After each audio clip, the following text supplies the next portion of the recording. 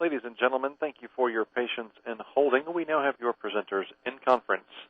Please be aware that each of your lines is in a listen-only mode. I would now like to introduce today's first presenter, Mr. Chris Hund.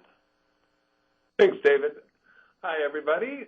Happy holidays, and welcome to the December TeamSTEPPS monthly webinar. Topic of today's webinar is TeamSTEPPS for Patients, a pilot test in labor and delivery. Thank you very much to the project sponsors. That would be Jim Battles from the Agency for Healthcare Research and Quality. AHRQ is a part of the Department of Health and Human Services and has from the start been the sponsors of the creation of TeamSTEPPS, especially on the civilian end. So thank you to Jim and to all of his colleagues at AHRQ. Thank you also to Heidi King from the Department of Defense. TeamSTEPPS really originated in DoD and continues to do an amazing amount of work with TeamSTEPPS throughout the Department of Defense and the military.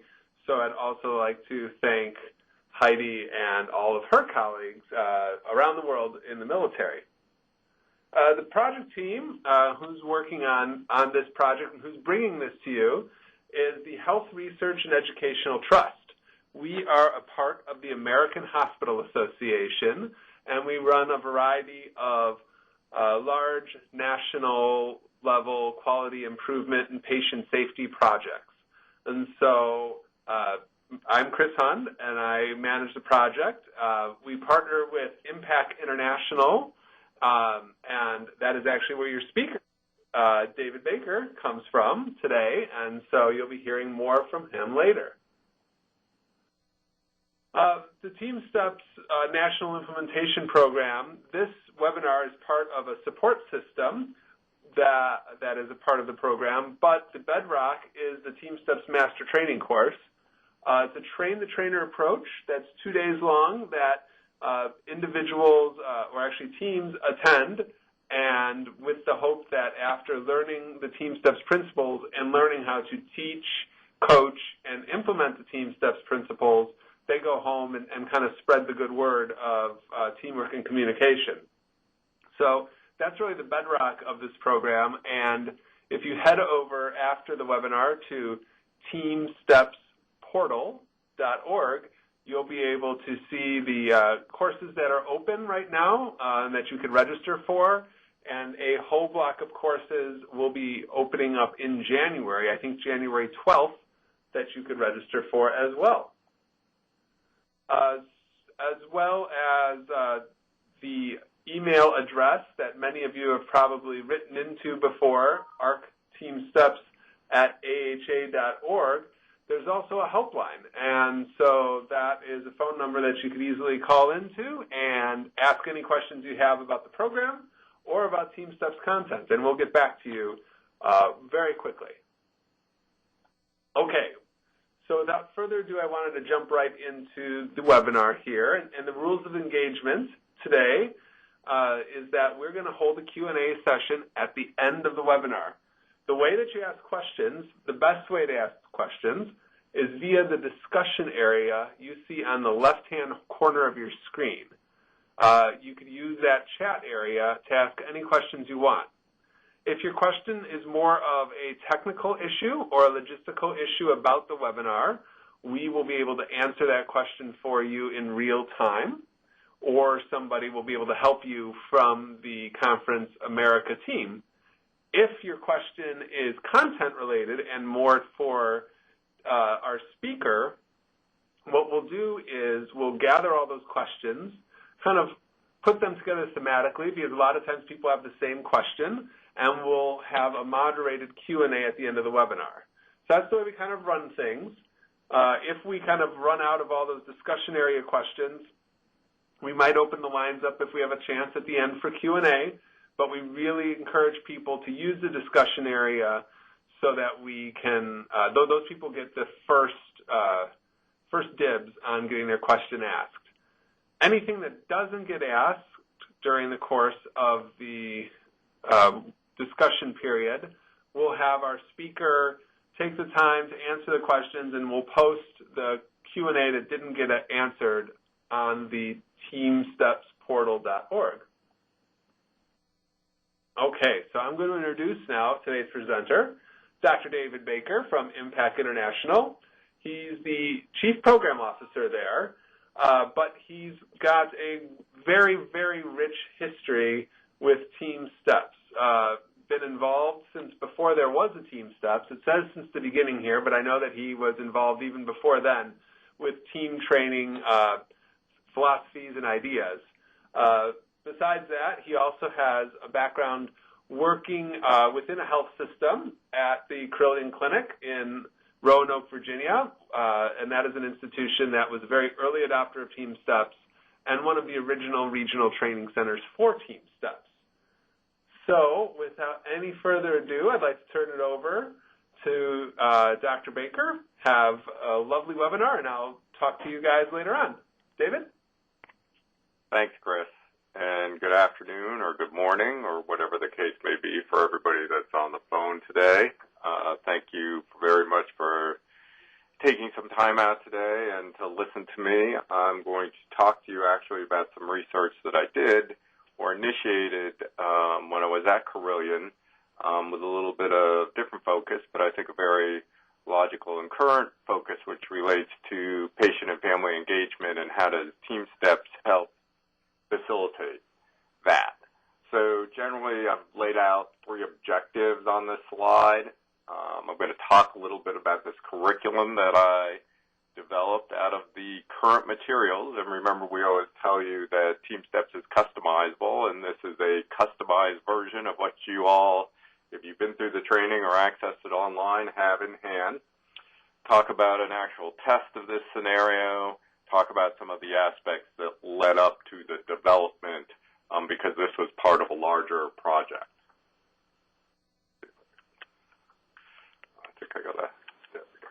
So basically, to give you a little bit of background, and I was refreshing my memory early today, this work was funded under an AHRQ demonstration grant, an R21. And you may remember, and I don't remember exactly the year off the top of my head in terms of the funding. I think it was 2010, but when President Obama gave his State of a Union address in 2009, he specifically talked about the issue of tort reform in the context of medical liability. As a result of this, AHRQ launched this grant program focused on risk, litigation, and liability. And there was a portfolio of grant work. There were some large-scale demonstration grants, and then there were some smaller R21s, which I had, which is like preparing for demonstration. The research team that I work with was Dr. Patrice Royce, who was the chair of Women's Health at Carilion at the time, Lori Spotswood, who was a research specialist, and my colleague Tony Slodum, who's now the CEO of Renown Health out in Nevada. Basically, and we've all been, I don't know if all of you have or have not, but if you're familiar with the TeamSTEPPS curriculum, the team structure module, one of the things we tried to do in the revision in 2.0 is talk about the different roles within teams and who are critical team members. And we always talk about the patient and the family as being core or at the sharp end of care. And if you're familiar with some of the graphics and the like, they're always in the top of these triangles that pyramid the different aspects of the care team or delineate those in different contexts. So patient and family members, it makes complete sense, are a critical member of any care team. Studies, and there's a little bit in the literature, have talked about how patients feel and their increase in self-satisfaction and self-efficacy if they're included in care decisions. And so the idea is that better communication between patients and providers, or a better functioning team then, should have positive benefits overall to the quality of care that's delivered. The question, of course, is how does one prepare patients and family members to be part of that care team, and could, and some people have raised this in the literature, could specific TeamSTEPPS tools or other tools in general be taught to patients to help them better be involved in that process. So basically what I was looking at is some strategies around that, and could TeamSTEPPS help facilitate this. So the overall project had a multiple of aims, and I'm going to show you those in the next slide. But a lot of it focused on doing kind of the initial legwork to understand patient and family responsibilities as an effective team member. And based on that work, then, can you develop or design interventions to facilitate what the patient and the family members would need to be doing? So in the context of this research, there were 4 core aims. I'm going to talk only about aims 3 and 4 today. But the first was to look at a couple of disciplines. One was surgery, and then one was OB. We focused on labor and delivery specifically and tried to identify some key different events that we could study with relation in regard to teamwork and patient and family and clinical responsibilities, and how these events should flow in terms of their structure and process. Because we were looking at, and this was in the context of looking at risk and liability, we wanted events that varied in terms of risk and liability, but all required teamwork. So to contextualize the study without going into that complete aim, what that produced was 4 events in an L&D context that we studied. So just briefly to help you think about as I go forward, the events we looked at within the study in all phases were shoulder dystocia. That was an event that came out in our research that was high risk and high liability. The second one was postpartum hemorrhage, high risk and low liability. The third one was maternal death due to postpartum fetal death, I think due to Group B strep. And then the fourth was unplanned return to L&D or OR due to bleeding. So we tried to pick 4 events that varied along this risk and liability continuum. Then using those events, we parsed out the root causes of those events and the responsibility from the context of team members within those events. That was done with clinicians, and then I took that information in phase 3, which I'm going to start my next phase of the story in detail with, by conducting patient and family focus groups. So I had this information that clinicians said, here's what happens at these events, here's the root causes, here's what family members and patients should be responsible for or could be as part of an effective team member in these different scenarios. I took that information and then discussed a number of things with actual patients and family members during focus groups to see if they agreed with it, thought they could do it, and the like, as well as talked a little bit about TeamSTEPPS, and then developed a curriculum and tested it. So in terms of the focus groups, and this was really interesting work, in fact, I had 47 total either patients, mostly in this case significant others or spouses, sometimes future grandparents or current grandparents. Of those, a little bit of background, 18 of them were expectant mothers. 28 had reported that they had previously experienced some sort of medical error. 9 had a healthcare background.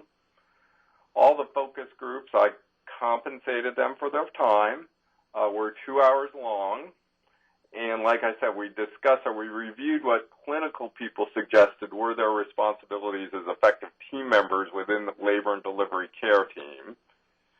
We discussed this whole issue about communication between patients, family members, and providers, because we were talking about risk and liability in the bigger project, right? And disclosure has been shown to be a way to offset litigation at some level. We talked about the issue of disclosure and what should be disclosed, what shouldn't be disclosed. And then we looked at TeamSTEPPS tools and said, what do you think of these? Do you think you could use them and the like? And I'm going to have a few more slides that will kind of document that. So here's the basic layout for the 2 hours. I brought them in. We had, this was all IRB approved. We did informed consent, just general housekeeping. I did a context of what the study was about.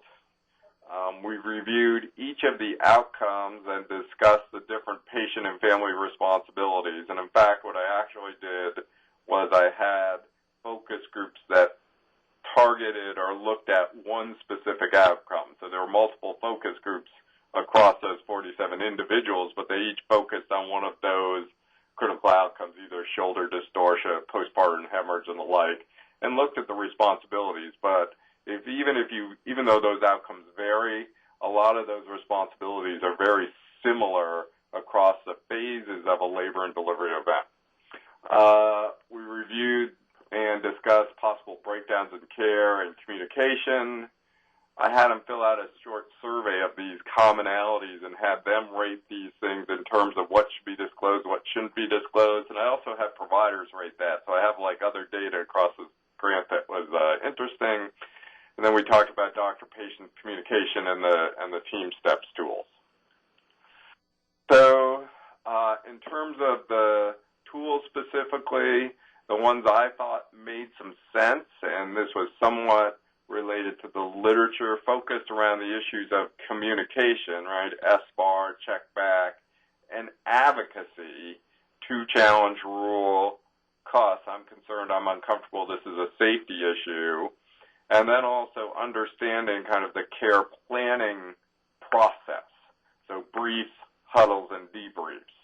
And for each tool I asked them, well, do you think this tool is clear? Do you think you could use it? Would it be easy to use? Would you feel comfortable? Do you believe you could actually do that or do that with your care team? And do you think it would be a good idea to provide somebody training on how to do this?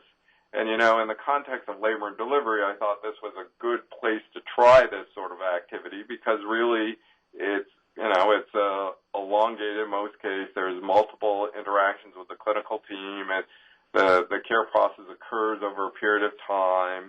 There is even education that goes along with labor and delivery in terms of mother-baby classes and the like, so it's commonplace. And in these scenarios, patients do want to be part of the team and engage in how the delivery process might go. So this seemed like a good opportunity to try out this TeamSTEPPS model in this case. So what I'm going to do is tell you a little bit, based on all this feedback I got, all the things that the people told me, the different things about the tools. I went to the TeamSTEPPS curriculum, and I first developed these training objectives, and then I went to the TeamSTEPPS curriculum and started building a short, less than hour module that could be delivered to patients and family members. So the objectives out of the kind of qualitative work that I did with the focus groups I came up with, or they seem to suggest across all the research, was one, they needed to understand how they fit into the clinical team. What was their role? What was their responsibilities? How did they fit in this complex delivery of care team that was going to be handling this particular event? They would then, of course, need to know what their understand the context and understand their responsibilities within the context, and also understand the roles and responsibility of the other team members. So the clinical team members, at a basic level, what are they supposed to be doing? How are they structured? Then in terms of the core attributes, it seemed, the idea of leadership and how the team functions, assertion, and communication seem to be the best core components of the TeamSTEPPS curriculum that would be appropriate based on my discussions with the patients and families for providing training to try this out. And the tools that came out of this, again, were briefs, huddles, debriefs, the assertiveness statement, 2-challenge rule, SBAR, and check back.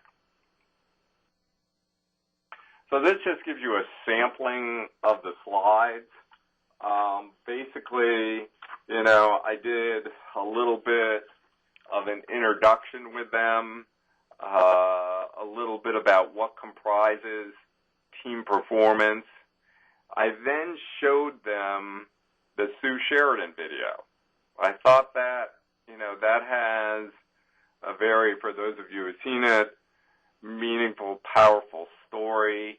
I think it engages people in the topic and the discussion and what the learning is about, so it seemed like an appropriate thing to do.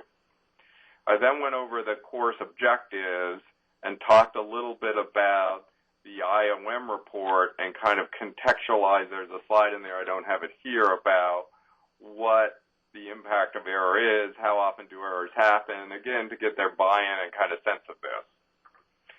I then had a short module on team structure. So you can see one of those triangle pyramids. Basically, that is the labor and delivery model of the team as a multi-team system, to try to explain to them what the parts are and the people and who's involved in this larger care team, and that they can see that the patient, right, is, you can't see it that well on this screen, but that top little triangle, it says patient in it, and that they're part of that.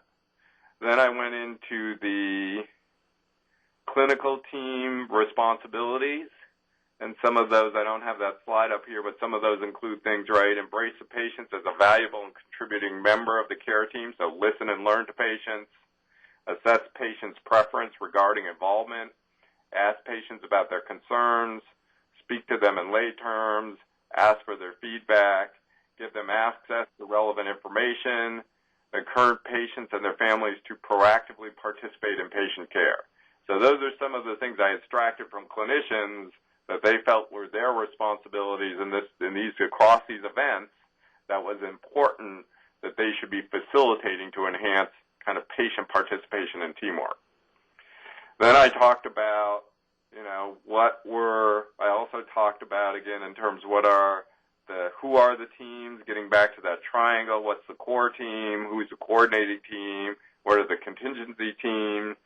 And then I had, as you can see right under Sue Sheridan, and I've kind of pasted on these a little bit out of order, patient and family responsibilities. So what are their responsibilities? And that includes things like providing accurate patient information, comply with a prescribed plan of care, and the little IE says, if you think about it over the care cycle, like attend your prenatal visits, ask questions about any concerns regarding the plan of care, monitor and report changes in the condition of the mother or baby, manage family members, follow instructions of the clinical team. Okay, so those are some of their responsibilities. Then I moved into a module on leadership, talked a little bit about who the clinical team leaders were in terms of the physician, the resident, the charge nurse, some of their responsibilities.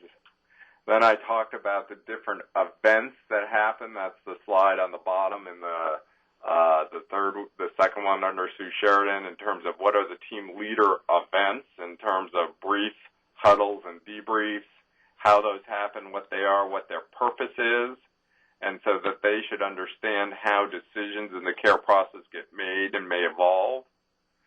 From there, we moved into a little segment on advocacy and assertion. We talked a little bit about the assertiveness statement, what their responsibilities were for advocating for the patient using these tools, and the two-challenge rule, the idea if you're not heard, say it again. And then lastly, we went into some communication work. We talked about 2 Information Exchange Act strategies, SBAR and checkback, and went over each of those tools.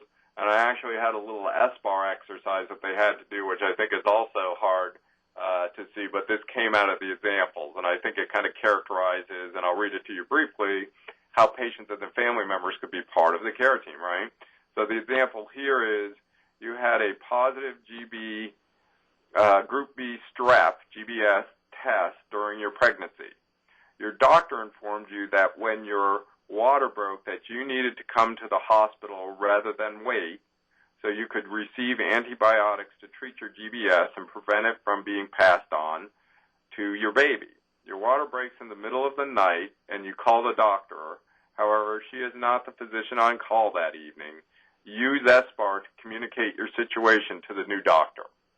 So I gave him an opportunity to practice some of this, and I think, I was trying to just try this out. You could do multiple things on ways they might communicate or even receive orders back or things of that nature, because that's when the check back, which is the other tool we talked about, comes in real handy, right, in terms of confirming discharge instructions, verifying medication dosages, verifying or confirming the plan of care.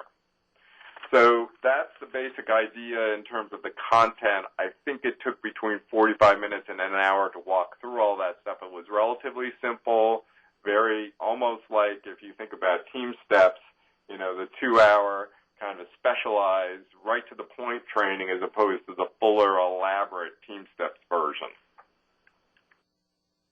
So I delivered this training one evening to 28 participants. And these were patients or family members who were receiving or had recently received care in terms of labor and delivery. Participants trained across 3 classes. I collected data in terms of their reactions, what they thought about it, and what they learned from this 1-hour block of instruction. So in terms of reactions, and we talk about this all the time in TeamSTEPPS, we ask them 2 types of questions. Did they like the training? And I think that's important in terms of just general engagement. And did they find the training useful or felt that they could use what they had learned in the class? And we had them complete this reaction measure after they went through the 1-hour block of instruction. Oops. This gives you a few examples of the items that were on the reaction measure. So you can see training provided me useful information. I like the training. I feel confident, item number 5, I could use the tools I was taught. It would be good if all new patients received this training, and so on. Learning, and we again talk about this all the time in terms of TeamSTEPPS. Learning can be defined in terms of knowledge. At the end of training, I know something new. Skills, at the end of training, I can do something differently. Or attitudes.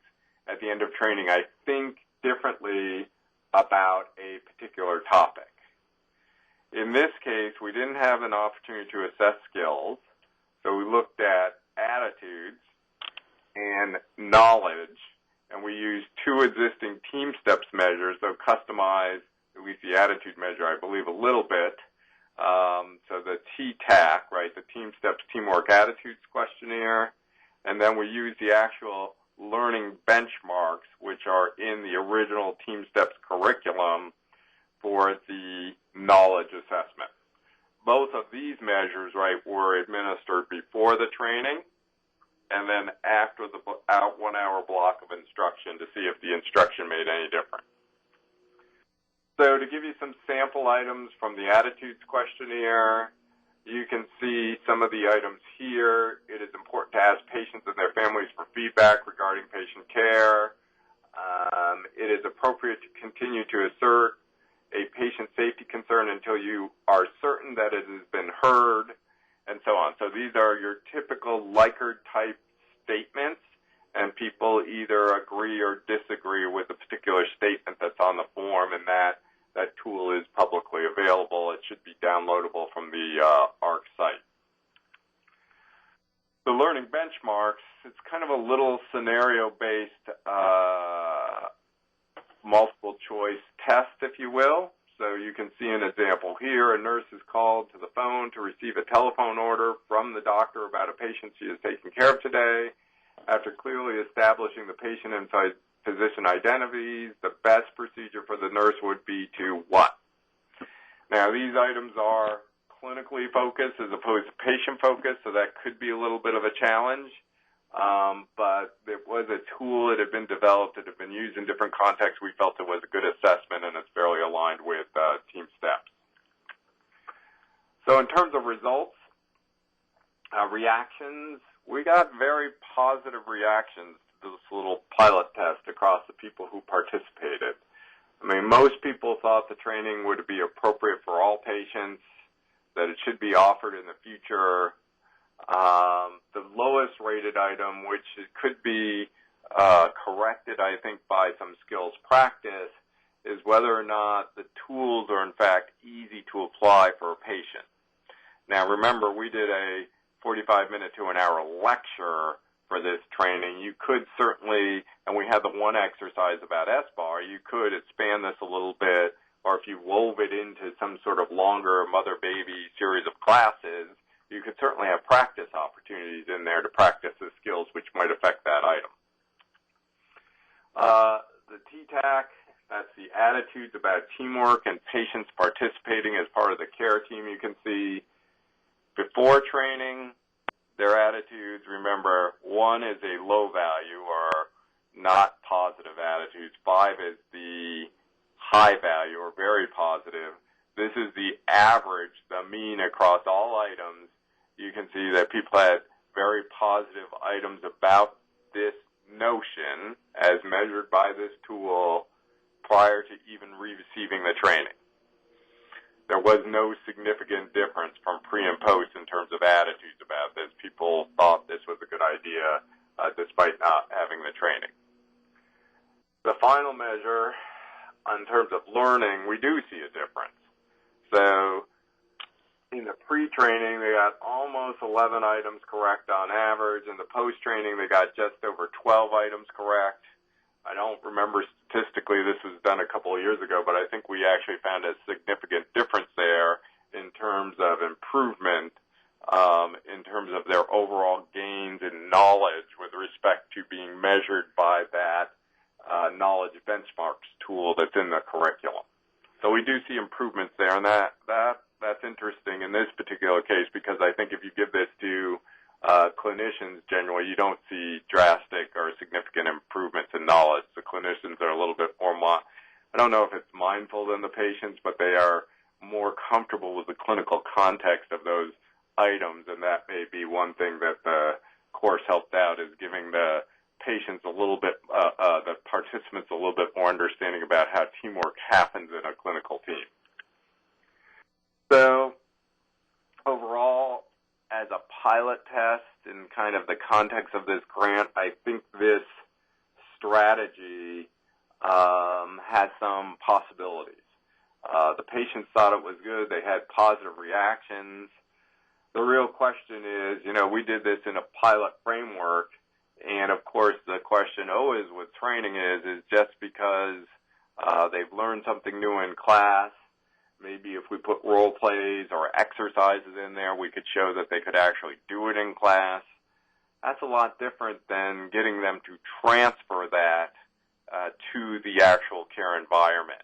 So would a patient presented with a real scenario where the future mom was GBS positive and went through that scenario that I showed you, or the significant other in terms of that scenario, would they really assert?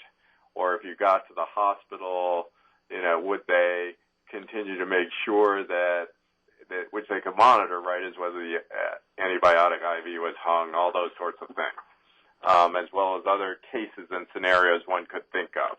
And that's always the challenge with this. It's the transfer problem. But at least in this context, I think, in terms of labor and delivery, I think there's some promise, right? There are areas, and I am not a clinician, but I think about this, where you are having elongated care, either dealing with a chronic condition, labor and delivery. There are places where I think this makes sense. I think more in an acute kind of treatment setting, it's going to be a little bit tougher as to how you would actually deliver the training and make it available to folks in kind of a quick and easy format. But in cases, and I think this one is probably the one that has the most potential, because there's already education that goes along with the whole clinical event itself. So I think, again, I think there's some promise. I hope that others think about doing this. I think that TeamSTEPPS lends itself particularly well to customizing and trying these sorts of things. And Chris was there. I am going to wrap up and see if we have any questions. Thanks, David. Thank you very much. Great job. We do have some questions that have come in so far over the discussion area. One that's really specific on the overall thought of the project that you worked on is talking about asking when would you suggest the teaching of this module to the patients and family members in the course of their time in care? Boy, that's an interesting question. What I always hope to do is we had a mother-baby series of classes, and I don't know enough about how that instruction is done other from kind of experience as a parent, but it's been a number of years now. And it always seemed to me that if those classes, which often they are multiple weeks and multiple segments, that would also be the right time to think about weaving this into training. Because instead of adding something new, you're really just adding an additional block in context that could be useful, because a lot of that is already framed around learning about, having a baby and what's going to happen when you go to the hospital and what's the hospital like, and right. As I recall, go through things like, well, if there's problems with the delivery, here are some of the things we do. So to me, that was an ideal situation where you could add this. Now, when people choose to take those classes, I'm sure there's all research to suggest where it's better or not to take those classes would be how I would align this.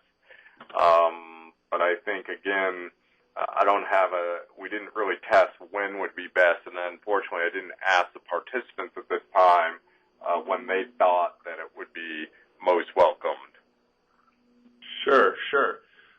So this one, and I don't know if this one also, since this was, a very specific study, I don't know if you guys considered this, but somebody asked if you had ever considered utilizing this or had utilized it with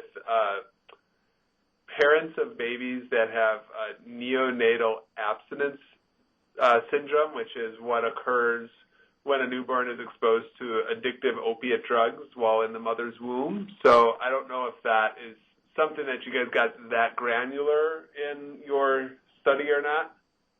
No, I mean, we framed it, so in terms of what I did is I studied these 4 events. That event was not discussed, but if you look at the underlying responsibilities across each event, and what I mean by that is if you think about labor and delivery as a series of steps from prenatal through postpartum, and you can break that into a series of segments, you can look at the patient, family, and clinical team responsibilities within each segment over that period of time.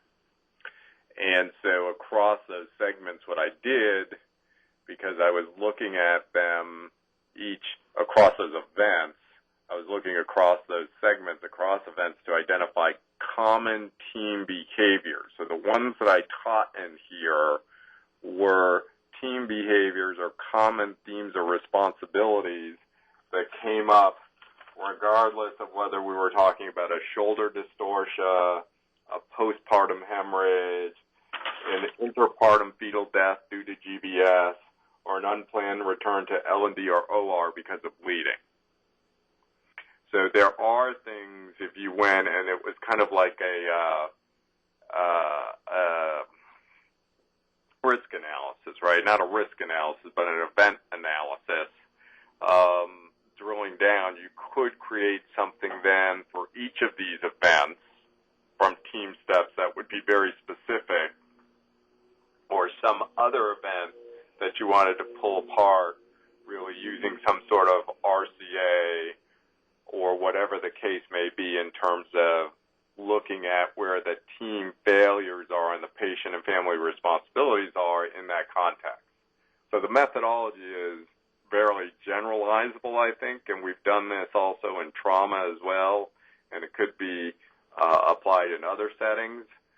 But in that particular case, I didn't look at that specific type of issue. Thank you.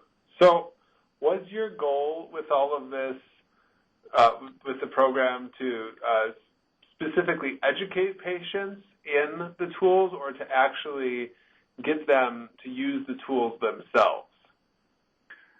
For this part of it, okay, was to simply pilot test or try out whether or not if you put patients into a modified TeamSTEPPS course, what would they think, right? Would they find it valuable, useful, and something that they would find as a good idea?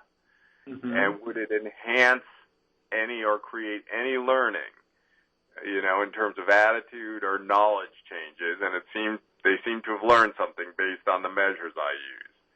I would love to try it out in the sense of seeing if it actually changed behavior, but this grant didn't really allow for that level. I've talked to people because I did this work a couple of years ago here and there.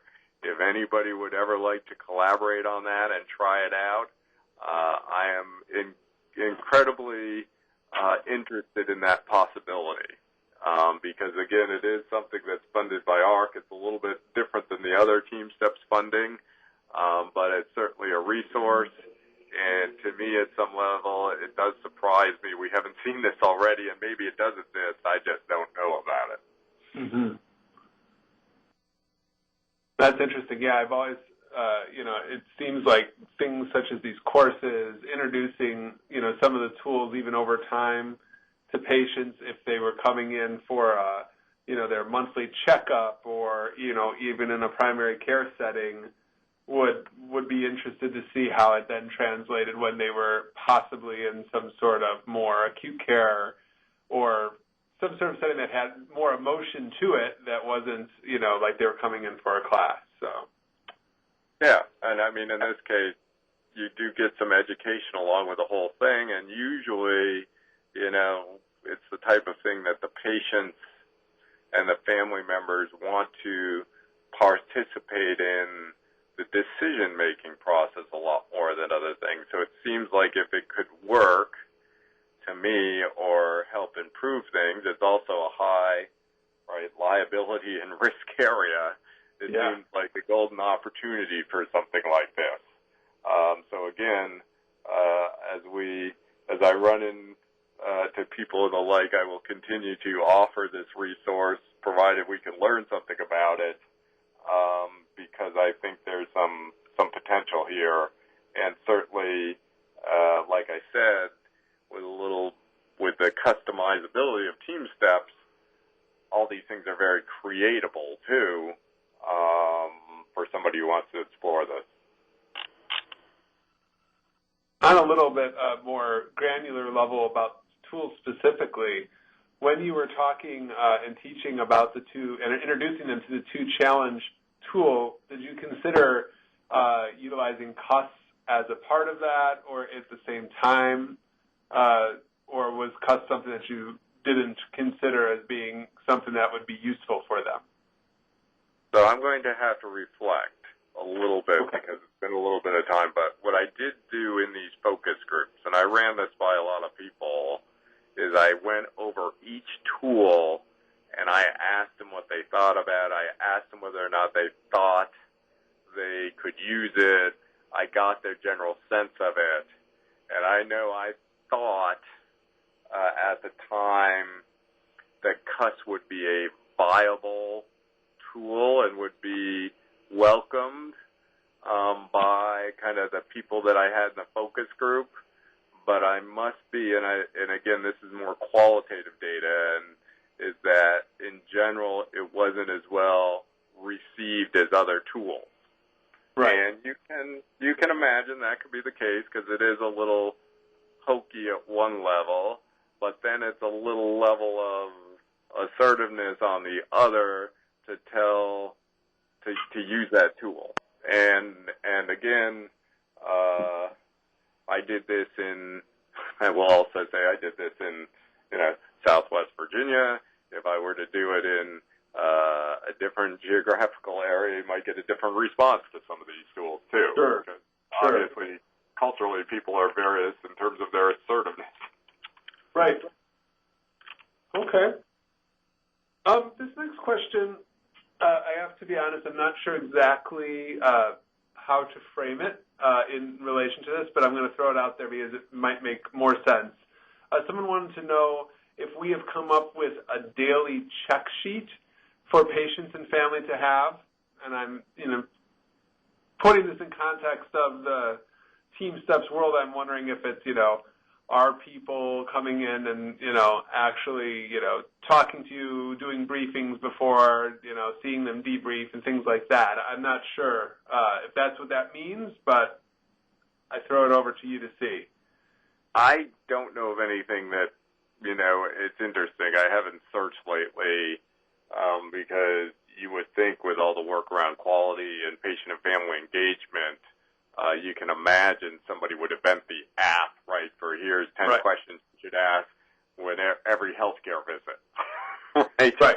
I haven't done that recently. I know that you can get things like SBAR and some of these tools by apps, and I'm not familiar with it. I've heard people kind of speculate before. Maybe it's been done, write a book about 100 things you should know to survive your hospital visit. But I'm not specifically familiar with that. And I'm also familiar with other work. I can see some of the string around engaging patients in the TeamSTEPPS activity, and we do have some cases in other centers where patients come in and talk and teach TeamSTEPPS and are involved in that teaching, but I don't know, and I don't think I've seen anywhere else that I'm aware of, but could be wrong, anybody that's designed something specifically to teach those tools and strategies to patients. Gotcha. So I've seen other cases where they've engaged people in the kind of patients in the teaching of the curriculum, which has some benefit, but this is a little bit different. And I see some clarifications coming from the person asking, and she was saying that it was referring to folks in long-term care, such as like NICU patients. Mm-hmm. Yeah, I mean, again, that's the whole thing. It's the hardest thing with the training, right, is having, in my opinion, is access to the people. If you're just coming in for an emergency room visit and going home, that's a little bit different scenario than or in and out in the ambulatory surgical center. So I guess there's a lot of preparation for that kind of thing, potentially. There are some venues where I think this could make sense. Have you seen this, obviously, since this was at Carilion, this is something where the training had also taken place with the clinical staff. So have you seen this has this ever been considered to be used during team rounds where the patients and families can use the tools at the same time with the clinical staff that obviously is familiar with the tools themselves? I haven't seen it. Again, all we did was pilot test. We didn't implement. Would love to find a place to possibly implement. I think all those, and this was maybe done 3 years ago now. I think that really there's been a lot more in the last 2 years, and especially with the partnership for patients around patient and family engagement. I think there is even more of a demand and better context to support this stuff now than there was back then. So we had other quality initiatives around teamwork in labor and delivery, like doing simulations around shoulder distortion, postpartum hemorrhage, but we didn't have patients involved in that. But we certainly talked about what the patient responsibilities might be in that, or the family members in that case, like an example under shoulder distortion, if that happened and you had several people, family members in the room, would be to manage the other family members in this chaotic event. So term it that way. So I think there are certainly opportunities, but we never took it outside of kind of the laboratory, if you will. Got it. So I am not seeing any other questions that I don't think we've covered in some way or another.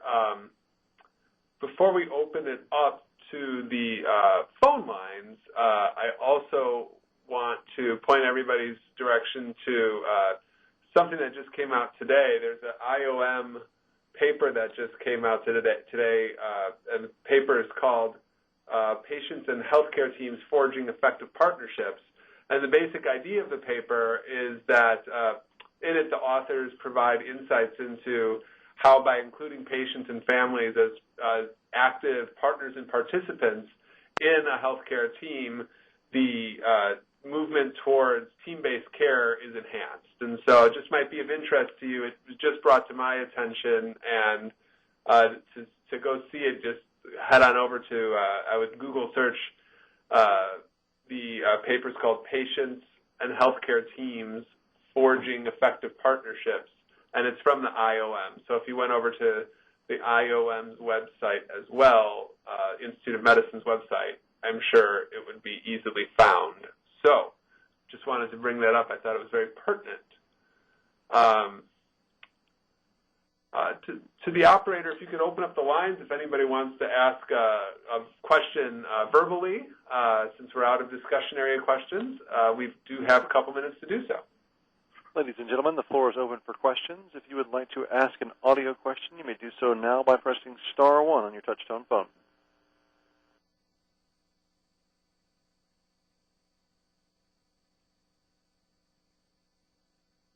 At this time, we have no audio questioners in the queue.